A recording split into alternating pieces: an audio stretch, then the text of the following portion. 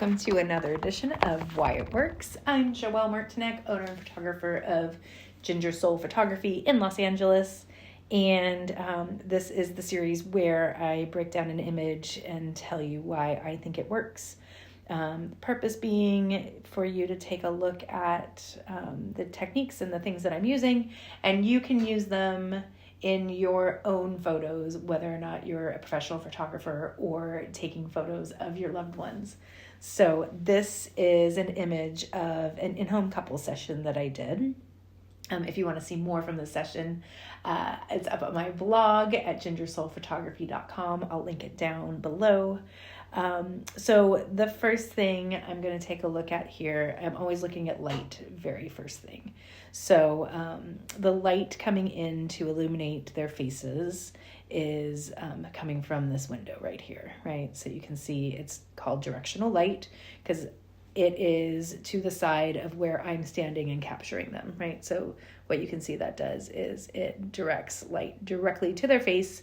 And her great expression, she was learning how to play some vinyl on the record player. So she was super excited that she made it happen. And I loved this moment. They proceeded to have a little dance sesh in their living room afterwards. So super cute.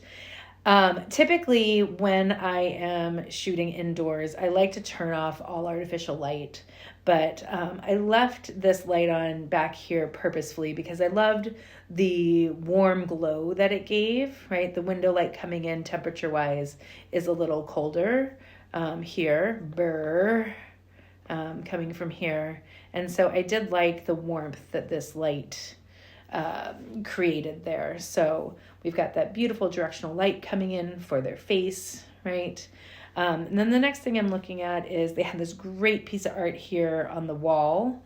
And what this is doing is it's actually creating a leading line into the frame, right? So it's directing your eye to come in this way, which then takes you to the window, which then takes you to their face, right? So it sort of helps you read that photograph.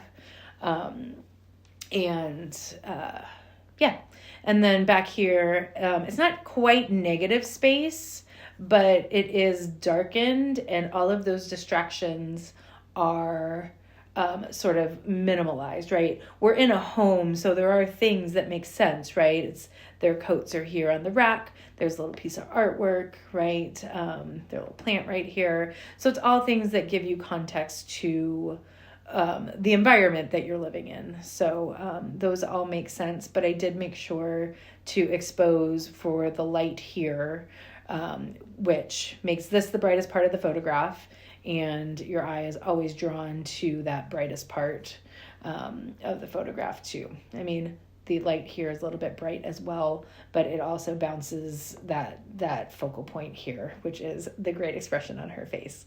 And then the next thing I'm making sure of is there are lots of sort of straight lines in this photo, right? So we've got like the doorway here, we've got this doorway, and then we've got the where the wall meets the ceiling, right? So just making sure, and then also like the window here, making sure that all of those are nice and straight. There is a trend right now where like horizons or straight lines behind are crooked, and what that does is it adds tension. And for me personally, everybody's got their artistic opinion. To me, it distracts from the subject. And for me, I'm wanting to make the subject the star. So I always try and make sure that those lines are really, really, really straight. And, you know, I love their connection. I think that they'll look at this moment and remember it, every time they look at these photos. So for me, this is why this image works.